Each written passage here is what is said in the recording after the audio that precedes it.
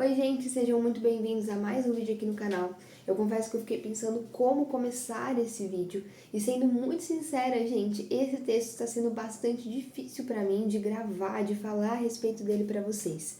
Eu penso que é porque é um assunto que nós falamos até que com certa facilidade, mas a gente não crê de fato nisso. E talvez por isso eu esteja com tanta dificuldade de expor essa verdade para vocês. Mas que o Senhor me ajude e que a gente possa caminhar aí mais um passo nessa direção de conhecer a Cristo. Recentemente eu estava conversando com as minhas amigas sobre aquela passagem que Jesus está caminhando com os seus discípulos no caminho de Emaús após a sua ressurreição. E caminhando ali com os discípulos, Jesus vai dizer para eles que os profetas e também Moisés, ou seja, os escritos de Moisés, os primeiros 5 livros da Bíblia, já diziam sobre ele, né? Então Jesus conta para os discípulos, olha, Moisés e os profetas já apontavam para mim. Mas a Bíblia nos conta que mais do que dizer isso, mais do que dizer que todos esses livros já apontavam para ele, a Bíblia diz que enquanto Jesus caminhava, Jesus mostrava para os discípulos onde ele se encontrava em cada uma dessas porções anteriores da palavra de Deus. E conversando com minhas amigas sobre isso, a gente ficou pensando, meu Deus, como nós gostaríamos de fazer parte dessa conversa. Como eu gostaria de estar ali caminhando com Jesus e ouvindo ele falar para mim onde ele estava em todos esses escritos. Né? Qual era a sombra dele em Gênesis, qual era a sombra dele em Êxodo, o que apontava para ele em todos esses textos. E a gente conversando ali, o Senhor foi nos trazendo o entendimento de que nós podemos participar dessa conversa, nós podemos ouvir essa conversa. Como assim, Gi? Gente, a palavra de Deus diz que todo aquele que crê em Jesus Cristo como único e suficiente Salvador tem o Espírito dele no seu interior, porque o Espírito Santo é aquele que nos convence do pecado, é aquele que nos convence do juízo, é aquele que nos convence da justiça, que nos convence de que Cristo é Senhor, de que Ele é o próprio Deus. É o Espírito Santo que atua em nosso coração, que nos impulsiona na direção do Senhor Jesus. Portanto, se nós temos a Cristo, se nós temos fé em Cristo, nós temos o Espírito Santo. E aí outra coisa que a palavra nos ensina, e que Jesus ensinou nos evangelhos, é que quando ele voltasse aos céus após a sua ressurreição e fosse aos céus ficar com o Pai nos enviaria o conselheiro, que é o Espírito Santo. E o papel do conselheiro seria aconselhar e nos ensinar todas as coisas. E ele não só ensinaria todas as coisas, mas Jesus disse que ele também nos faria lembrar tudo aquilo que Jesus ensinou. Então, gente, nós podemos ouvir essa conversa. Sabe como? Indo à palavra de Deus e lendo e meditando e gastando tempo na palavra de Deus, na companhia do Espírito Santo. Ele pode nos mostrar onde Jesus se encontra em cada uma das porções que nós estamos estudando. E é isso que nós estamos fazendo aqui nesse canal. Se é a sua primeira vez por aqui, meu nome é Giovana Galego e o canal se chama de Capa a Capa porque nós estamos nos dedicando de Gênesis a Apocalipse. Nós queremos conhecer, meditar, contemplar toda a Escritura e com esse olhar sempre de encontrar Jesus em cada porção. O que essa porção me diz sobre quem Jesus é, o que essa porção me diz sobre quem Deus é e como isso impacta no meu viver. Essa é uma jornada para toda a vida, gente, porque a Bíblia diz que o sentido da vida está em conhecer a Deus e isso leva uma eternidade, porque Deus é eterno. Então, isso é uma coisa para toda a vida e por isso nós não precisamos e não devemos ter pressa, mas devemos ter sede, devemos ter anseio, devemos desejar isso e perseverar em nos dedicarmos e buscarmos conhecer mais a Deus através da sua palavra, tudo bem? Então seja muito bem-vindo, eu espero de verdade que esse canal te abençoe de alguma forma, que você, ao ouvir os vídeos, cresça no conhecimento de Jesus e se torne mais apaixonado por Ele, passe a amar mais a sua palavra e mais do que ouvir os meus vídeos, o meu anseio, o meu desejo é que você queira ouvir mais a Deus, que você comece a orar mais e a passar mais tempo diretamente com o texto bíblico, que você deseje ler mais aquilo que o Senhor deixou escrito e que dependa menos de intermediários, tá? Não que ouvir pregações e estudos não sejam bom, é ótimo, nós devemos fazer isso porque os irmãos se ajudam, né? O Senhor atua dessa forma, isso não é ruim. Mas nós não podemos trocar isso pelo relacionamento direto com Deus. Então, o meu desejo realmente é que o seu coração fique tão desejoso de estar diretamente na companhia do Pai, que você comece a orar mais, meditar mais na palavra por conta própria. Que através desses vídeos, pela graça do Espírito, pela graça de Deus, eu consiga te dar ferramentas, te dar mais condições de ter esses relacionamentos pessoais e diretos com o próprio Deus. Esse é o desejo do meu coração, que realmente não seja só informação, meu amigo, mas que você cresça em fé, que a sua fé amadureça, que a sua fé se fortaleça, que você o ame cada vez mais, que Jesus seja cada vez mais visto em você. Depois dessa enorme introdução, mas que eu penso que eu precisava alinhar talvez essas coisas aqui no canal, vamos ao texto de hoje. Nós já estamos em Gênesis capítulo 41. Já, né, gente? Se tem alguém que está acompanhando desde o começo, sabe que não é tão já. Já tem 2 anos que nós estamos meditando em Gênesis. Quando eu falei que a gente não precisa ter pressa, porque realmente é uma jornada para toda a vida, que é conhecer a Deus, eu não estava brincando. Então, por favor, também não dependa de mim para isso, mas viva o seu relacionamento com o Senhor, tá bem? Mas então hoje nós vamos entrar em Gênesis 41, do verso 37, e nós vamos ler até o verso 45. Gi, eu acabei de chegar, eu não conheço essa história do começo, eu não conheço o livro de Gênesis, eu não entendo muito o que está acontecendo aqui. Fique tranquilo, porque ao longo do vídeo, eu tento fazer de uma forma que faça sentido, mesmo para quem nunca tenha escutado essa história, que você consiga sair desse vídeo com algum aprendizado, com algo que edifique a sua fé. Então fica tranquilo, pode ficar até o fim, você vai entender. Mas se você tiver o desejo de compreender melhor essa história do começo, de realmente se aprofundar e entender toda a complexidade do texto, você pode ir lá no meu canal, tem uma playlist onde estão todos os vídeos referente ao livro de Gênesis, e aí você pode ir assistindo, tá? Tudo na ordem do capítulo 1 até o capítulo desse vídeo, né, que é o capítulo 41, tá tudo lá em ordem, organizado, e você pode assistir, caso você queira, tá bom? Então, nós estamos aqui na metade da história de José, o famoso José do Egito, uma história muito famosa, é muito comum que até não cristãos já tenham escutado alguma coisa a respeito daquele que foi vendido pelos irmãos como escravo e depois se tornou príncipe do Egito.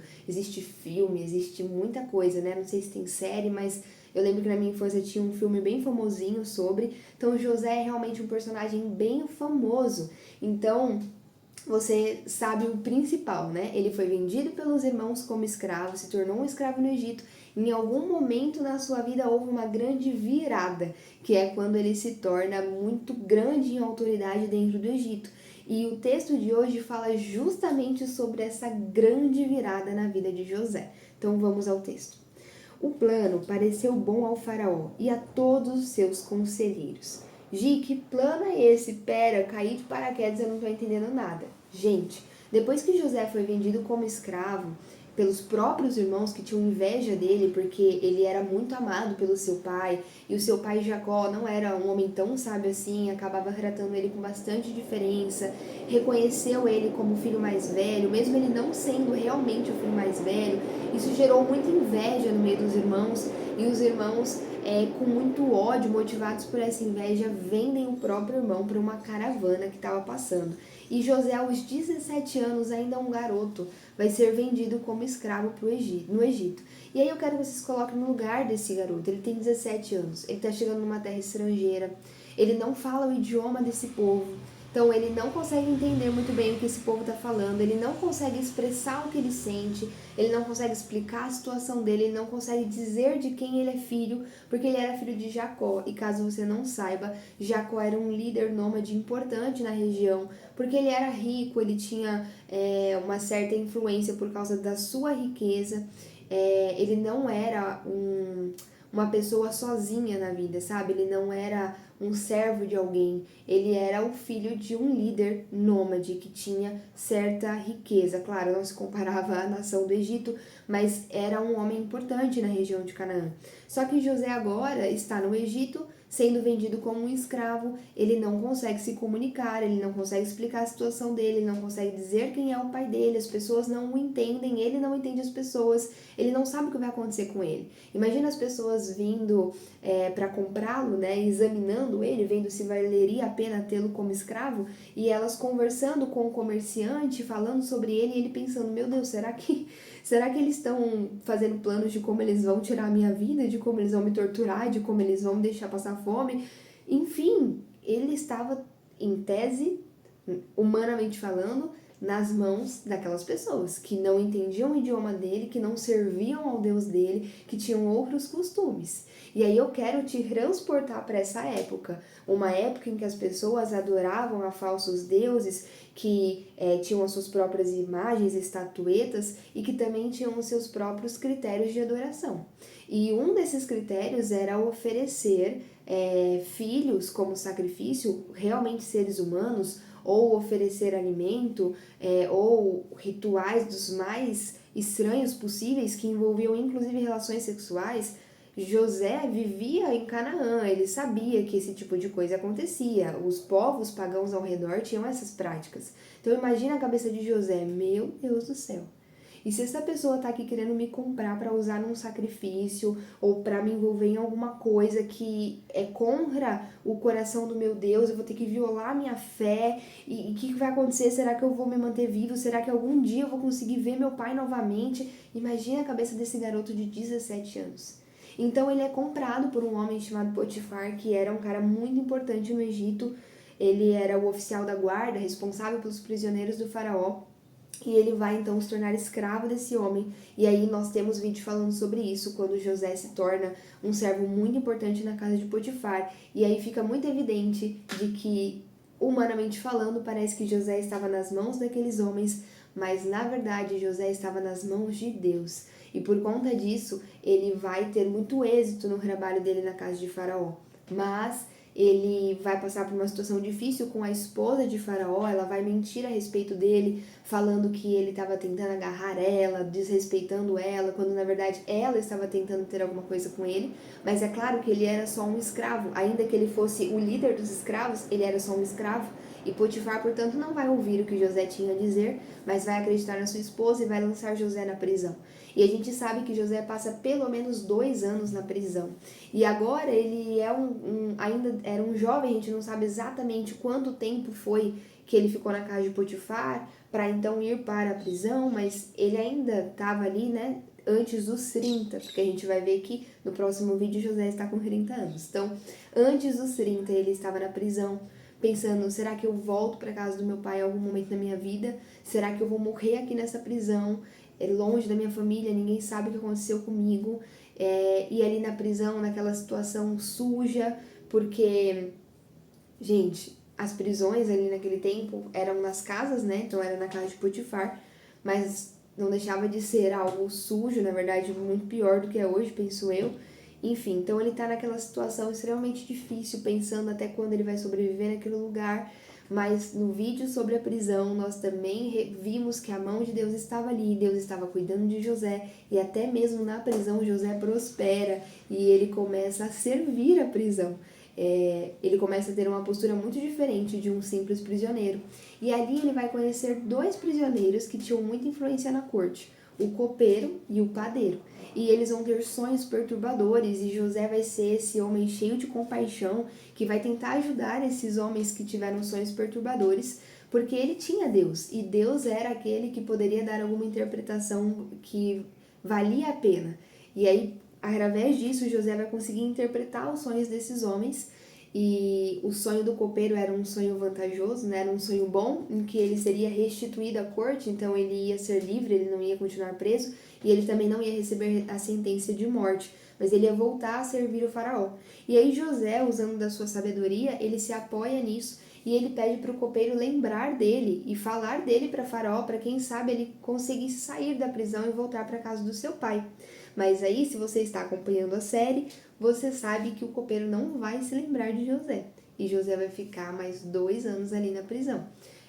Caso você tenha entendido errado, a gente sabe que ele ficou pelo menos 2 anos, porque foram os 2 anos que o copeiro demorou para lembrar de José, tá bom? Não quer dizer que José ficou 2 anos ao todo, pode ser que ele tenha ficado mais tempo na prisão, mas ele ficou pelo menos 2 anos, que é o tempo que a Bíblia diz que o copeiro demorou para se lembrar do que José tinha feito por ele.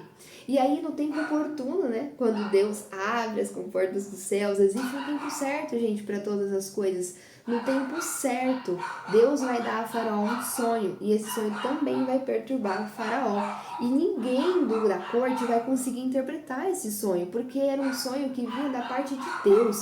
Não era um sonho dado pelos falsos deuses, ou seja, pela força das trevas, né? Porque a gente sabe que só existe Deus e o inimigo. Mas naquela época e naquela cultura, eles acreditavam que tinham vários deuses. Mas a gente sabe que esses falsos deuses é o próprio inimigo. Então, os sonhos que eram dados pelo inimigo, eles interpretavam, porque eles serviam às trevas. Então, eles interpretavam, o inimigo fazia a festa que ele queria fazer, eles conseguiam se enrolar ali, eles se enganavam entre eles, mas quando Deus dá um sonho, e esse sonho é real, né? Não vem do inimigo e, portanto, só interpreta quem Deus quiser que interprete. E aí nenhum sábio, nenhum mago, ninguém conseguia interpretar e o faraó ficou desesperado. E é nesse momento em que o copeiro vai se lembrar de José e vai lembrar que ele conhecia alguém que tinha capacidade de interpretar sonhos, porque tinha interpretado o próprio sonho dele. José então é chamado para a corte do faraó. Faraó conta para ele o sonho, José dá uma interpretação muito boa, muito real, né? Porque era exatamente isso, porque Deus estava com José e revela a José o que estava acontecendo. Só que ele não para na revelação do sonho, na interpretação do sonho. Nós vimos no vídeo anterior que ele vai além e ele oferece ao faraó a sabedoria daquele que caminha com Deus. Além de dar a interpretação, ele dá ao faraó um conselho para que ele pudesse lidar com aquela situação do sonho. E a situação do sonho era que Deus enviaria um juízo sobre a nação do Egito. Deus enviaria primeiro 7 anos de muita fartura, de muita prosperidade, o Egito ia prosperar e enriquecer, mas depois desses 7 anos ia vir uma grande fome, ia faltar alimento, as pessoas iam passar muita dificuldade. E o faraó, gente, ele é o líder da nação e ele era considerado filho dos deuses e ele era responsável por manter a harmonia ali, por aplacar a ira dos deuses.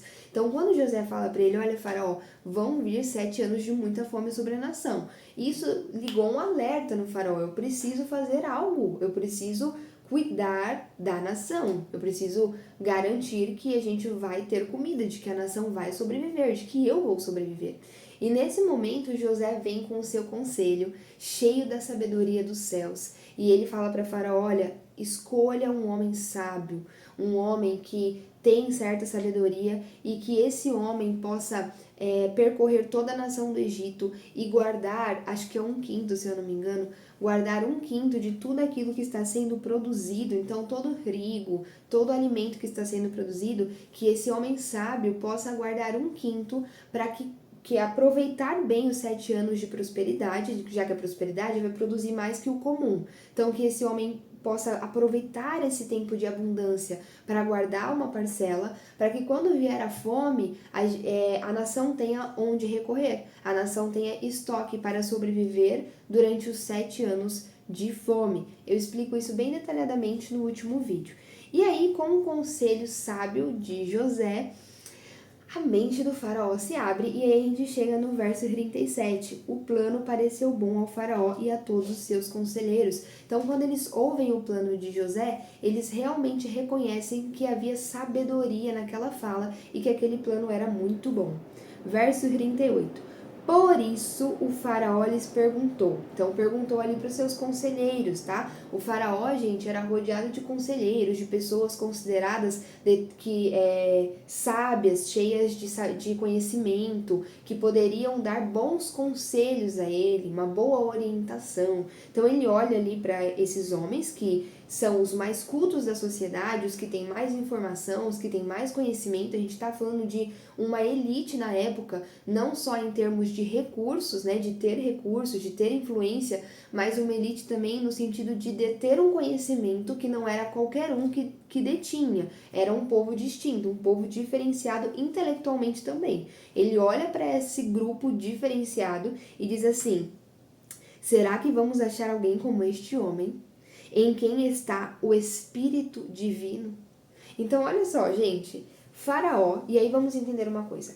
Faraó, como eu falei, ele era visto como filho dos deuses. Faraó tinha mais do que uma função de governo, no sentido de tomar decisões relacionadas à economia, à agricultura, ao comércio que eles tinham, à organização civil, enfim, mais do que esse tipo de poder, de autoridade.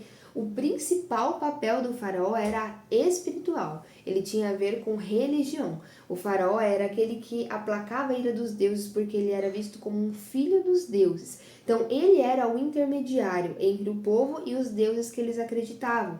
Ele era aquele que ia até os deuses pedindo por misericórdia, pedindo para que a ira deles se aplacasse e desse à terra fertilidade para produzir o sustento do povo. Eles acreditavam que o rio Nilo era um tipo de Deus, o sol era um tipo de Deus, portanto, para que a natureza funcionasse de forma harmoniosa e cooperasse com a vida da população, a ira desses deuses precisava ser aplacada, e isso era papel do faraó. Então, o papel do faraó estava muito mais relacionado a essa questão espiritual, e ele contava com a questão dos conselheiros, e principalmente de uma posição chamada de Grã-Vizir, que seria tipo um primeiro-ministro, digamos assim, na nossa mentalidade hoje, um governador, enfim, alguma coisa do tipo.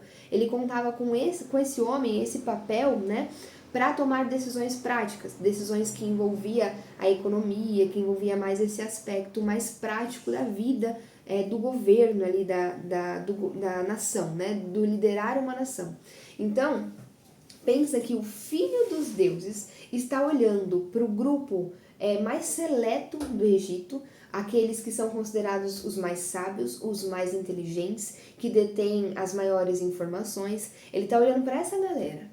Nos nossos dias seria assim: nós estamos pegando um líder que é considerado quase um filho dos deuses, em que todo mundo coloca a sua confiança, todo mundo pensa que a saída está nele. E aqui, gente, sinceramente, eu não estou fazendo apologia nem a lado A nem a lado B. Nós fazemos isso em todas as áreas da nossa vida. A gente é mestre em colocar a nossa confiança em tudo menos em Deus. Então, às vezes, não é nem em termos de nação, mas eu quero que você pense no seu trabalho, alguém que você acha que tem muita autoridade. Às vezes é um líder do seu setor, às vezes é o CEO da sua empresa, às vezes é, sei lá, o seu gerente, às vezes é o líder da sua equipe. Pense em alguém que tem muita autoridade. Ele é quase um filho dos deuses, o que ele fala é lei. Você realmente confia muito de que tudo depende dele querer ou não querer. Sabe aquela pessoa que parece que sua fé vai só até aquele ponto? Então, quero que você pense nessa figura. Essa figura está olhando para uma cúpula, está olhando para um grupo de pessoas que de alguma forma trazem algum temor para você. Talvez porque esse grupo é mais capacitado do que você em alguma área. Talvez porque você ache que esse grupo é mais inteligente, saiba mais, fale melhor. Talvez porque esse grupo tem mais dinheiro do que você. Talvez porque esse grupo tem mais influência, tem mais contatos. Enfim, eu quero que você pense que essa pessoa de grande autoridade está se voltando para esse grupo, que também é um grupo que te intimida de alguma forma, e está dizendo: será que vamos achar alguém como este homem, em quem está o Espírito Divino? Em outras palavras, Faraó está dizendo que José era mais sábio do que todo aquele grupo seleto, porque nele estava o Espírito Divino. Como eu já mencionei aqui, no Egito eles não acreditavam no Deus Sol, no Deus da... como eu já mencionei, eles acreditavam no Deus Sol, no Deus da Lua, e não no Deus de Abraão, que é o Deus único, o Deus criador a quem José serve. Eles não acreditavam nisso.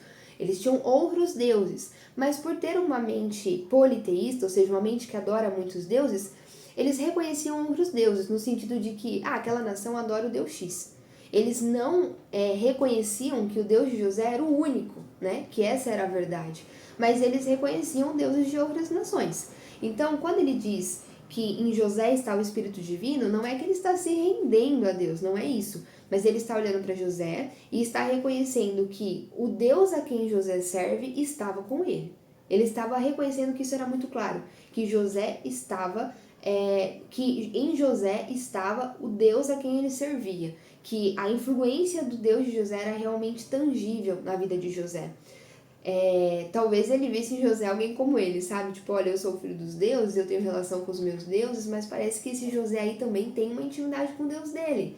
E ele reconhece a presença do Senhor. E é a presença do Senhor que vai fazer José ser mais sábio, ser visto como alguém mais sábio e de fato ser mais sábio do que todos ali na corte.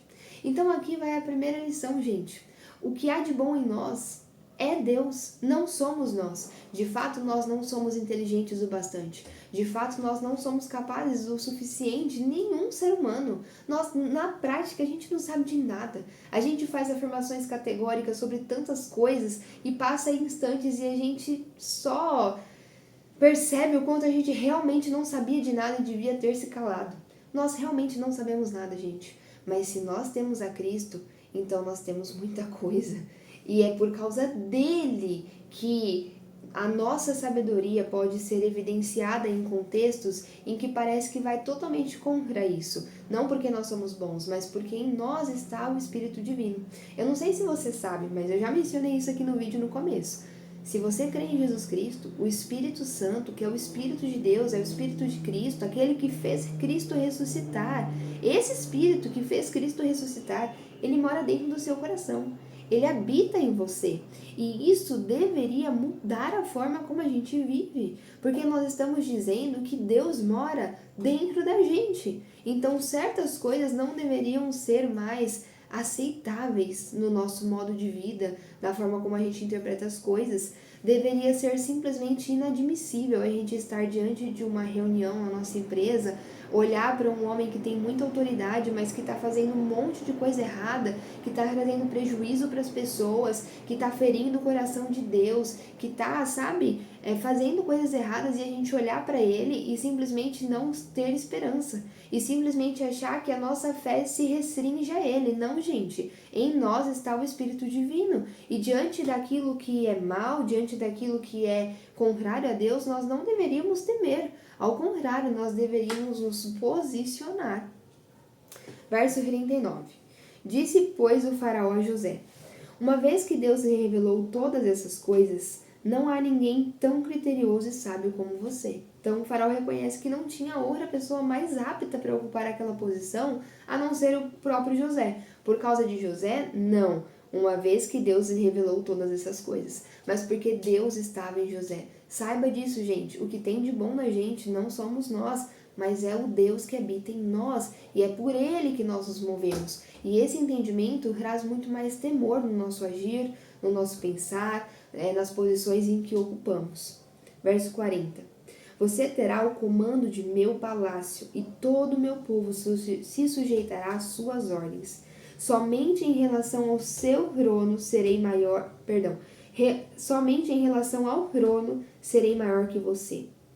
Gente, como eu falei, o faraó estava mais relacionado ali com as questões relacionadas aos deuses, aplacar a ira dos deuses, a religião. Então, quando ele diz para José, olha, eu vou colocar você num posto dentro do Egito de tanta autoridade que você só vai ser menor do que eu. Você só vai estar depois do meu trono. Fora isso, você é o maior no Egito.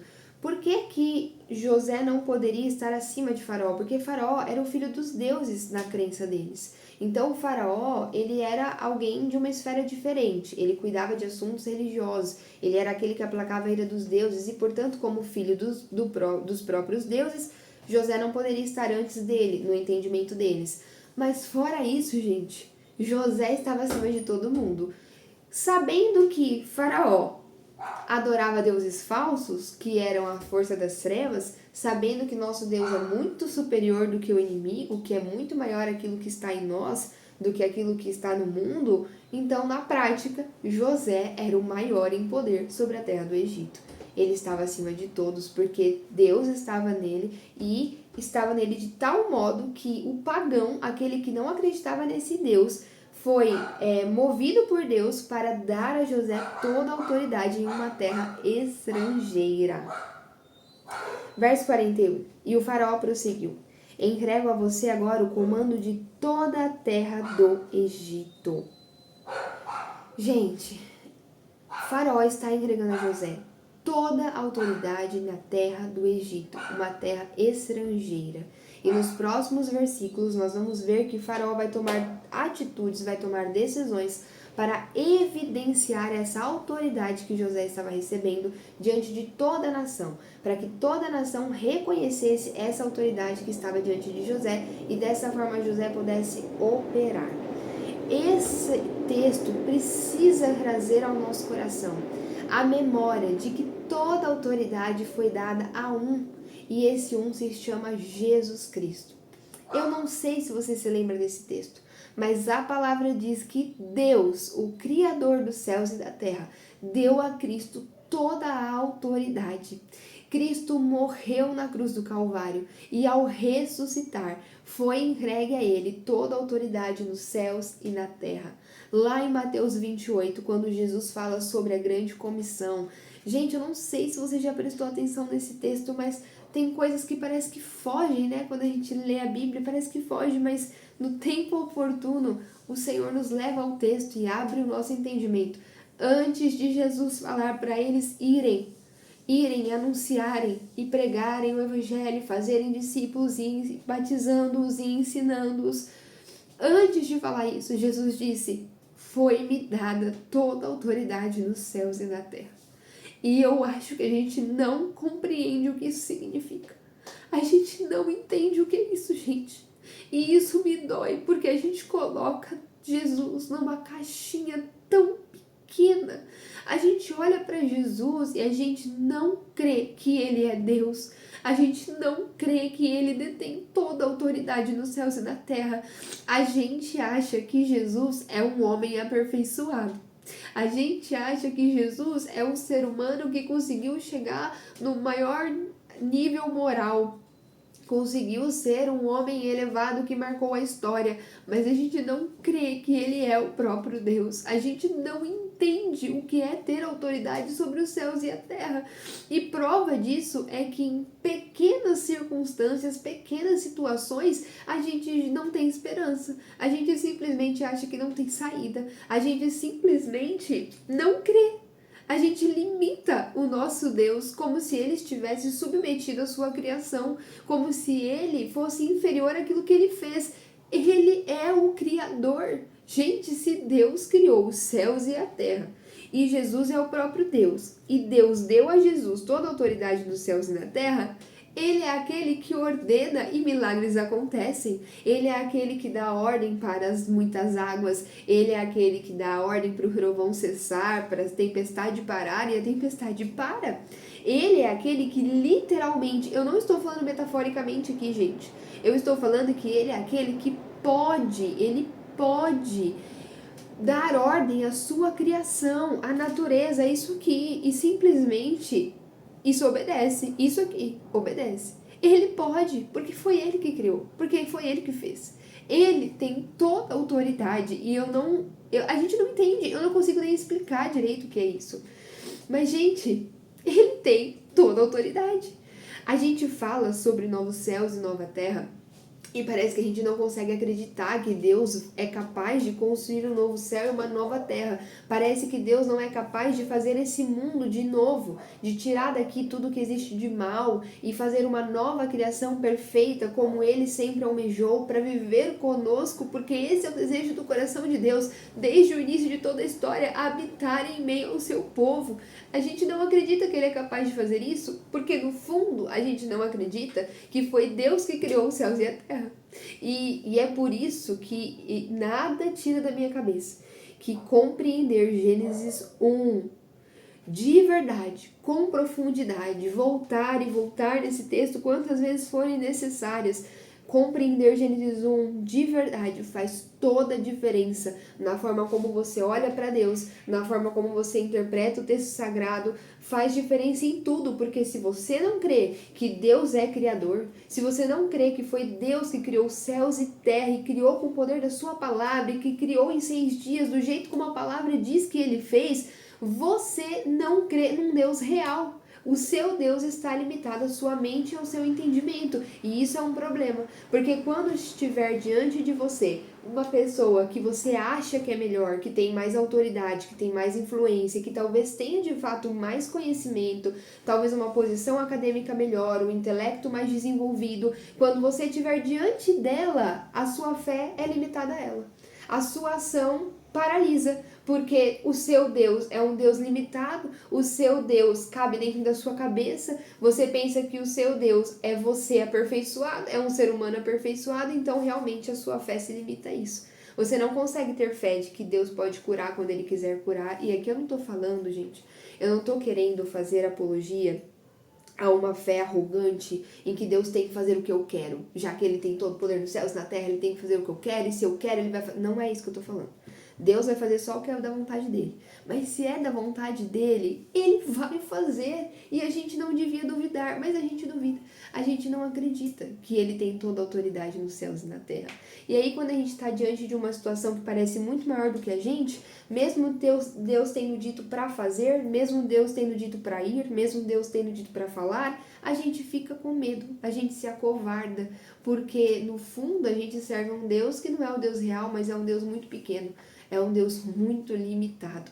E é por isso que Jesus Cristo deixou muito claro, antes de mandar a gente ir, ele deixou muito claro que foi dada a ele toda a autoridade nos céus e na terra, porque é só assim que a gente pode ir, gente. Se não for na autoridade de Cristo, não tem como. Mas quando nós entendemos essa verdade, gente, tudo muda de perspectiva.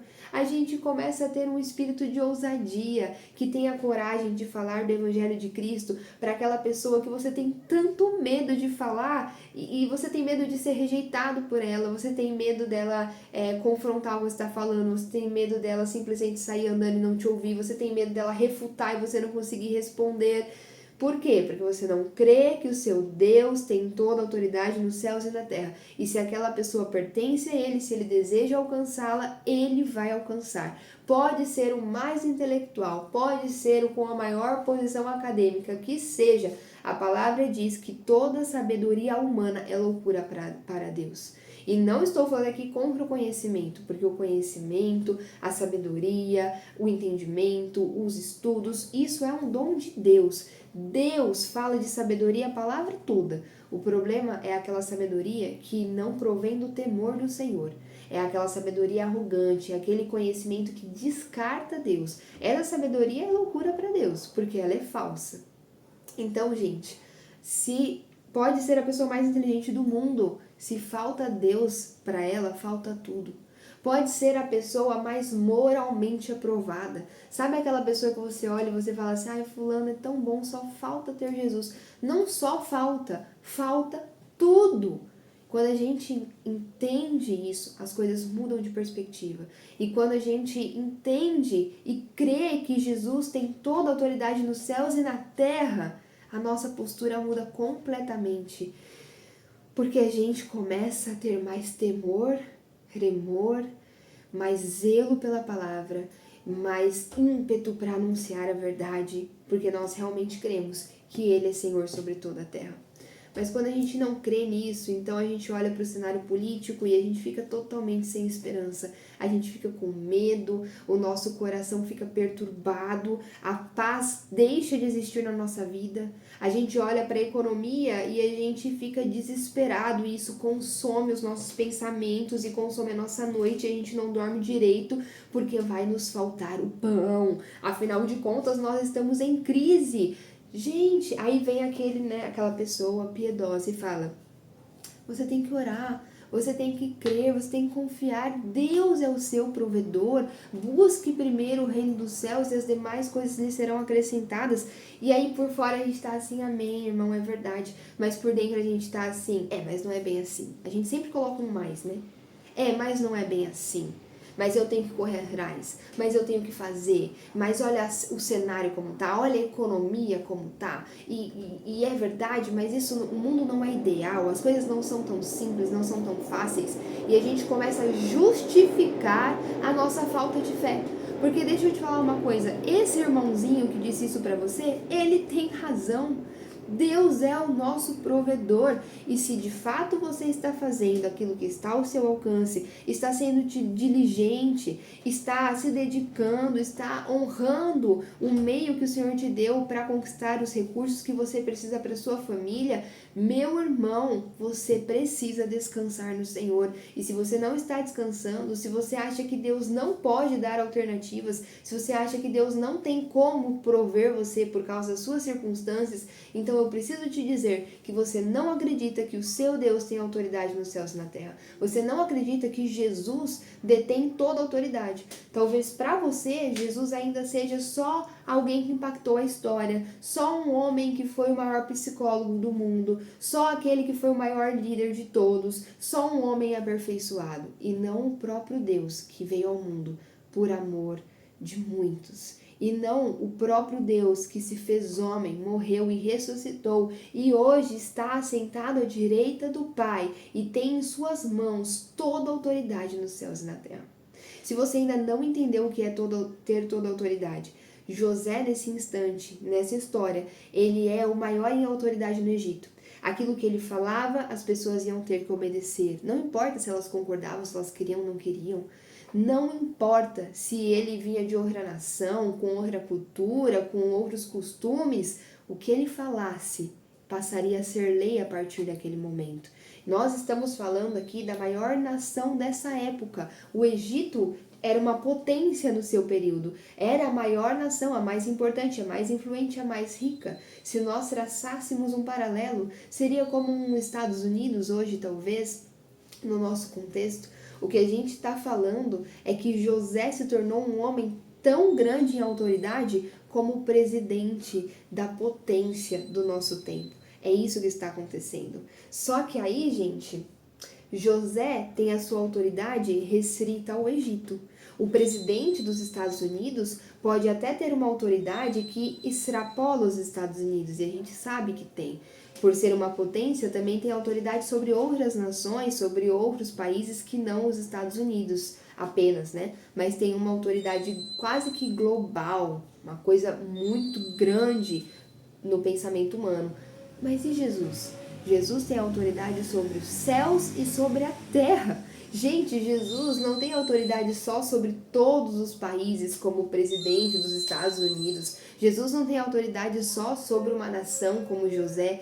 Jesus é aquele que tem autoridade sobre anjos, sobre seres humanos, sobre pessoas e sobre animais e sobre a vegetação, sobre o céu, sobre os mares, sobre o vento, sobre tudo. Você entende? Ele está acima de tudo. Ou seja, o presidente está abaixo dele. Os governantes deste mundo estão abaixo dele. A economia não é nada para ele. As catástrofes naturais não são nada para ele. Você entende? Ele está acima de tudo. Ele tem autoridade nos céus e na terra. Ele está acima do que nós vemos e do que nós não vemos, do que nós conhecemos e do que não conhecemos, do que entendemos e do que não entendemos. Você tem dimensão disso?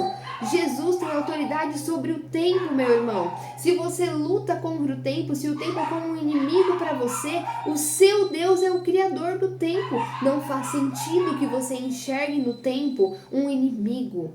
A não ser que você não tenha Cristo. Porque se você não tenha Cristo, você é inimigo de Deus. E aí, de fato, tudo o que Deus fez vai ser um inimigo para você. Tudo que tem a ver com Deus vai estar em oposição ao seu coração e à sua mentalidade. Mas se você tem a Cristo, se você se arrependeu dos seus pecados, se o sangue dele na cruz te fez um amigo do Senhor, o tempo não é mais seu inimigo, mas é a arena onde Deus te depositou para viver. É o espaço onde você vive. É onde Deus te colocou para que, debaixo do tempo que Ele criou, dentro da história que Ele está construindo, você cresça no conhecimento de quem Ele é, você o conheça, você conheça os seus pensamentos, porque é só isso que vai te trazer satisfação. Só Ele te traz verdadeira satisfação. Meu irmão, você é alguém que possui um corpo físico, mas que possui também espírito. Você é aquele que é matéria, que é limitado, que é mortal, mas que ao mesmo tempo tem um anseio pela eternidade. Deus te fez assim, imagem e semelhança. Você não é como os animais, mas você também não é como Deus. Você é um ser humano. Você é imagem e semelhança do seu Criador. E em Cristo deixou de ser imagem e foi feito filho de Deus. Você tem matéria, você tem espaço e tempo para agir diferente de Deus, mas você tem um espírito divino, você tem um anseio pela eternidade. E é por isso que as coisas desse mundo não podem te satisfazer. E é por isso que, por mais que uma água traga satisfação, porque está matando sua sede, por mais que um alimento mate sua fome, por mais que a beleza da natureza te encante, traga consolo ao seu coração, por mais que praticar um hobby, fazer uma atividade física, traga pequenos momentos de prazer, e tudo isso é bom, tudo isso vem do Senhor, mas só o conhecimento do Eterno realmente satisfaz a tua alma, realmente traz descanso ao seu interior. Eu já tô saindo totalmente do assunto, gente, me desculpa. Vamos voltar pro verso 42. Em seguida, o faraó tirou do dedo seu anel selo e o colocou no dedo de José. Mandou-o vestir linho fino e colocou uma corrente de ouro em seu pescoço. Também o fez subir em sua segunda carruagem real e à frente os arautos iam gritando: "Abra um caminho!" Assim José foi colocado no comando de toda a terra do Egito. Depois que o faraó deu a José toda a autoridade sobre a terra do Egito, ele agora vai mostrar para as pessoas, porque a autoridade de José deveria ser reconhecida pelo povo, senão de nada adiantaria, né, gente? Não tinha Instagram, não tinha Rede Globo para aparecer lá quem é o presidente do momento, não tinha nada disso. Então, se José não fosse apresentado ao povo como alguém que estava recebendo toda a autoridade do próprio faraó, José ia andar pelas ruas e ia falar: olha, vocês têm que me dar 1/5 da sua produção pra gente guardar, pra que tenha sustento na fome. E o pessoal ia falar: oi, hein? Quem é você? Não, meu querido, você acha que eu vou dar 1/5 da minha produção? Gente, pensa nisso. A gente tem dificuldade de dar o dízimo, 10%. Imagina 1/5. Porque um cara chegou pra gente dizendo que a gente tem que dar pra se preparar para um futuro. Quem diz que isso vai acontecer? E se ele tiver errado na previsão? Ele não sabe o que vai acontecer no futuro. Você entende qual é a situação? Então o faraó, ele precisava mostrar para as pessoas: olha, esse é José, eu tô dando toda a autoridade a ele, não importa o que você pensa. Não importa se você acredita, não importa se você quer, se você não quer, eu sou o faraó, eu tenho toda a autoridade. Era assim que funcionava naquele tempo. Eu mando, o faraó tinha autoridade, gente, para dar ordem, para tirar a vida das pessoas. Então era isso, ele falava, tinha que fazer. E esse homem agora está dizendo: e essa autoridade que eu tenho, agora eu passo para José. Então o que esse homem falar é lei, vocês têm que fazer. E como que Faraó vai mostrar a autoridade que ele estava dando para José? Ele usa 4 recursos. A primeira coisa é o anel selo. O anel selo era um anel que tinha uma impressão, um desenho nesse anel, de forma que quando vinha um pedaço de argila, o que mais? Acho que cera, alguma coisa assim, que era uma espécie de contrato. Eles faziam esses contratos nesses materiais que dava para você modelar. O contrato vinha ainda fresco, e aí o faraó podia colocar o seu selo, né, carimbar a figura que representava ele, dizendo que ele tinha assinado aquele contrato. Então, onde estava a marca, né, onde estava o selo do rei, aquilo ali estava assinado e era inviolável, ou seja, ninguém podia desfazer. Ninguém podia violar, ninguém podia contrariar. Era lei e ponto final. José está recebendo esse anel. Tudo onde ele colocar a marca desse anel, acabou. É inviolável.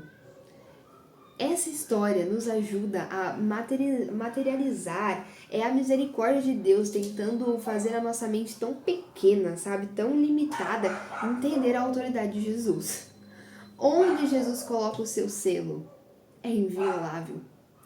A palavra de Deus diz que o selo da presença de Deus em nossas vidas, a marca é o Espírito Santo. Ele é a garantia de que nós ressuscitaremos com Cristo no grande dia. Ele é a garantia, ele nos marca, ele nos sela. E aquilo que é selado com o anel do Rei dos Reis é inviolável, meu irmão. Não importa o que pensam, não importa o que acham, não importa se o inimigo está insatisfeito, se está incomodado com essa realidade, onde a marca da promessa foi depositada, é inviolável. O Espírito Santo é a garantia de que herdaremos a eternidade.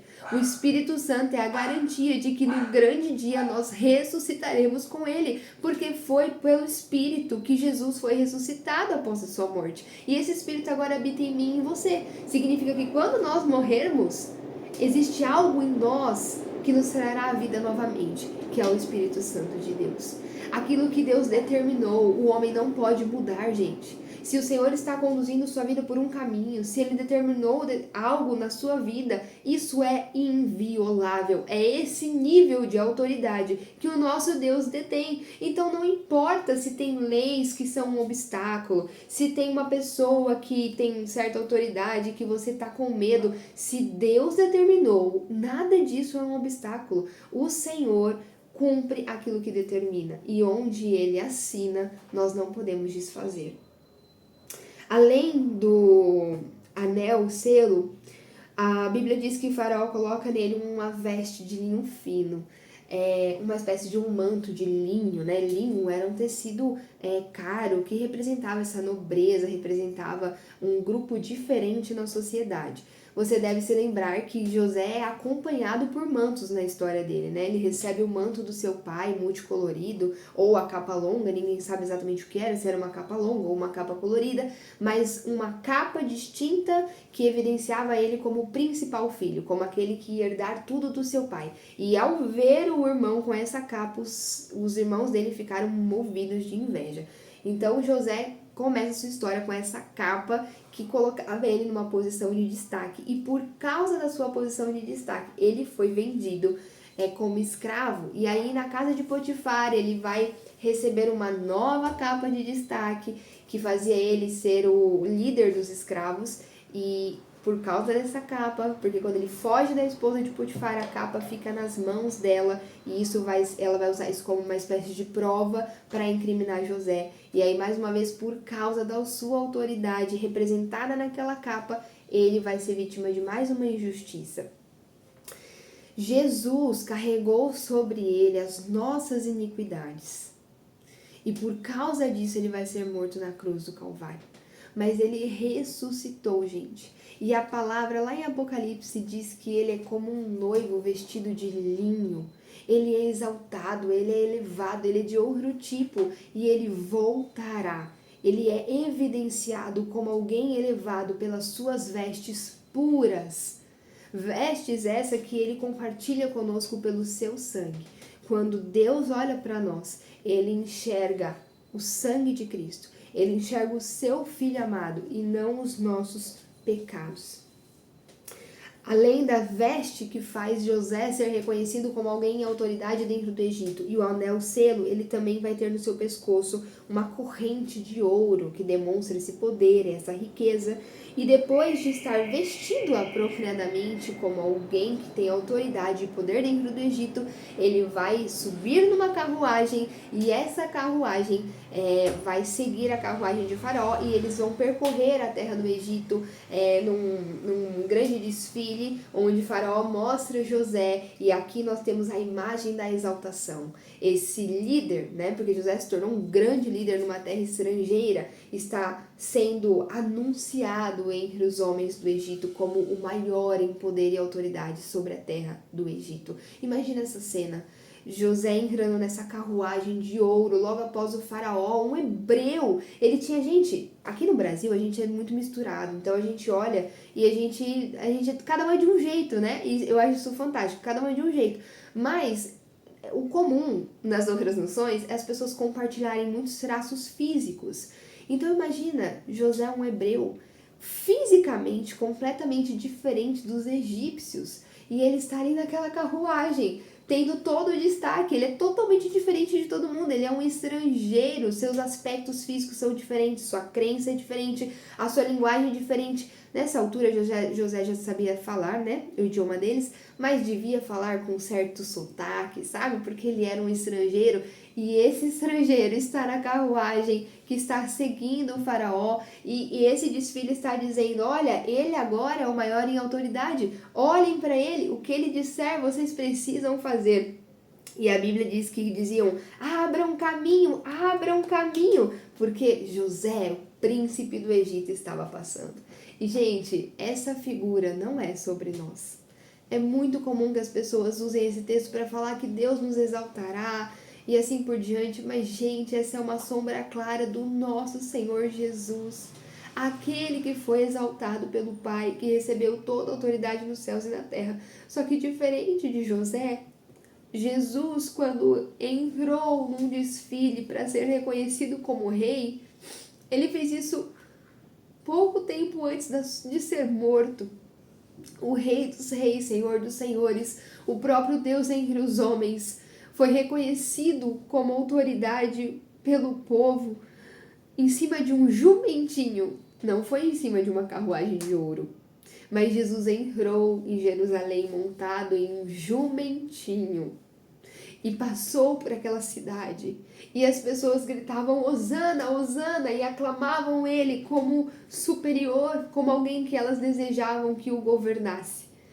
Mas porque Jesus não se rendia à vontade dessas pessoas e ao entendimento delas, ao contrário, porque ele pedia o coração delas, porque ele tinha para elas um novo nascimento, um alinhar com o coração de Deus, que é completamente oposto àquilo que a gente pensa ser o certo e ser a verdade, porque ele não as agradou, porque ele não estava alinhado à vontade e à expectativa delas, elas o mataram. O Rei dos Reis, Senhor dos Senhores. Existe em Jesus um paradoxo, algo que é muito contraditório, que é difícil de entender e de explicar, que ao mesmo tempo que ele é o maior em autoridade, ao mesmo tempo que ele é exaltado sobre as nações, ele é o servo sofredor. Ele é aquele que foi exaltado no jumentinho. Gente, essa entrada de Jesus em Jerusalém, em cima de um jumentinho, representa esse paradoxo que há na vida do nosso Senhor. Esse Rei dos Reis, que é o maior dos servos. Esse Rei dos Reis que foi aquele que mais serviu. Esse Rei dos Reis que foi aquele que morreu em nosso lugar. Esse é Jesus Cristo, aquele que detém toda a autoridade nos céus e na terra e que mesmo assim se fez maldito em meu lugar. E esse entendimento deve alinhar o nosso coração para o fato de que ter morando dentro de nós aquele que detém toda a autoridade nos céus e na terra não deve gerar em nós um coração arrogante, um coração prepotente, um coração de quem se acha imbatível, de quem se acha superior, de quem olha para o outro que de repente ainda não tem a Cristo ou está numa outra fase da sua fé e se considera superior. Não. Esse paradoxo na vida de Cristo, esse entendimento de que ao mesmo tempo que ele é exaltado, ele é o servo sofredor, gera em nós esse temor, esse desejo de ser verdadeiramente humilde como ele é e de viver a vontade dele e exaltar a ele e não a nós mesmos. Verso 44. Disse ainda o faraó a José, eu sou o faraó, mas sem a sua palavra ninguém poderá levantar a mão nem o pé em todo o Egito. Gente, sem a palavra de Deus, nada pode acontecer. Ele detém toda a autoridade nos céus e na terra. E se ele não for, meu amigo, não adianta você ir. Aquilo que Jesus diz é lei, é inviolável. Ele é Senhor dos senhores, Rei dos reis. E, portanto, se você não está com ele, tema, porque há um juízo que te aguarda. É isso que o salmista diz no Salmo 2. Há um juízo que te aguarda. Ele é Senhor sobre todas as nações e chegará o dia em que ele fará justiça plena. Mas se você o ama, se você o deseja, se você tem um coração arrependido, se você quer a ele, se você reconhece a sua pequenez, sua insignificância e anseia pelo Senhor, é porque o Espírito Santo está atuando no seu coração. é porque Deus o escolheu, é porque Jesus quer te salvar e, portanto, saber de tudo isso não te dá medo, não te dá medo, mas te dá temor, um respeito profundo, uma admiração profunda e o descanso de saber que esse Deus, que detém toda a autoridade, é o seu refúgio, não é o seu juiz apenas, né? Não é o juiz que vai te condenar para a eternidade, mas é o juiz que te salva, ele é o teu refúgio. Verso 45. O faraó deu a José o nome de Zafenate-Paneia e lhe deu por mulher a Zenate, filha de Potífera, sacerdote de On. Depois José foi inspecionar toda a terra do Egito. Além de toda essa cerimônia, Faraó quis presentear José, dando a ele uma esposa, né? Era uma prática também entre os homens de autoridade, e não poderia ser qualquer esposa, já que José tinha tanta autoridade, precisava ser uma esposa considerada importante. No entendimento da época, nada mais importante do que a esposa de um sacerdote deles, né? E um sacerdote que era o sacerdote de Potífera. Filha de Potífera, né? Então era um sacerdote que servia ao deus Sol. Potifar, Potífera, tudo isso são nomes relacionados ao deus do Sol. Então esse sacerdote ele adorava o deus Sol e a sua filha foi dada em casamento a José. Eu imagino que isso tenha sido uma dor para José, porque ele sabia que a sua família, né, que vinha de Abraão, guardava essa promessa, deveria se casar com uma esposa do mesmo meio, porque isso fazia parte do plano de Deus, essa nação separada, essa nação especial. Isso deve ter gerado muita dor no coração de José por não poder seguir a tradição da sua família e ter que se casar com alguém que não servia ao seu Deus. Mas a gente vai ver no próximo vídeo que isso não foi motivo para dar fim à fé de José. Muito ao contrário, ele continuou servindo ao seu Deus em terra estrangeira, assim como nós devemos fazer. Nós somos estrangeiros aqui, gente. A palavra de Deus diz que a nossa pátria está com o Senhor. A nossa cidadania é celestial. Nós não pertencemos a este mundo, mas nós ainda estamos aqui. Então, por estarmos aqui, talvez a gente ainda carregue um nome que a gente não gosta muito, talvez ainda existam marcas em nós que nos geram dor, porque a gente sabe que não está alinhado ao coração de Deus, mas creia que pela graça você foi alcançado, você é salvo, e por essa mesma graça o Senhor está te amadurecendo, o Senhor está te transformando, o Senhor está te santificando, o Senhor está sustentando a sua fé em um mundo estrangeiro. Apesar dos pesares, apesar de você, a obra que Ele começou, Ele há de terminar, e Ele tem autoridade suficiente para isso. Depois de tudo isso, José finalmente sai para inspecionar toda a terra do Egito e cumprir com a sua missão. Meu amigo, se você tem a Cristo no seu coração, você tem uma missão muito clara a executar. Jesus disse: ide, fazei discípulos de todas as nações, batizando-os em nome do Pai, do Filho e do Espírito Santo e ensinando-os a obedecer a todos os meus mandamentos. Essa ordem é muito clara e é para todos aqueles que amam a Cristo, todos aqueles que foram alcançados, que foram salvos pelo sangue de Jesus. Existe uma missão a ser cumprida. E se você realmente tem a Cristo, essa missão é quase que natural dentro do seu coração. Como que você, faminto, encontra comida e não anuncia aos outros que estão passando fome onde encontrá-la? Como você, sedento, encontra água e não conta para os outros onde tem água para que eles possam matar a sua sede? Como que você, que acabou de ser salvo da linha do trem, sabe? Como alguém que estava caminhando na direção do trem, prestes a ser morto, você foi salvo por Cristo e foi colocado na contramão para que não acontecesse o acidente, a tragédia na sua vida. Como que você pode ver alguém caminhando na direção do trem e não alertá-la que ela está prestes a morrer? Que não alertá-la que existe outro caminho, que tem salvação. Em nome de Jesus, que o amor pelas almas, o anseio pela missão, o amor pela missão desperte em seu coração e que você cumpra com essa ordem, que você vá, que você faça discípulos, que você batize, que você ensine, que você cumpra com aquilo que Jesus diz para você fazer. Ah, Gi, mas eu tenho medo. O teu Deus, Jesus Cristo, tem toda a autoridade nos céus e na terra. E ele fez questão de dizer isso antes de dar ordem para você ir.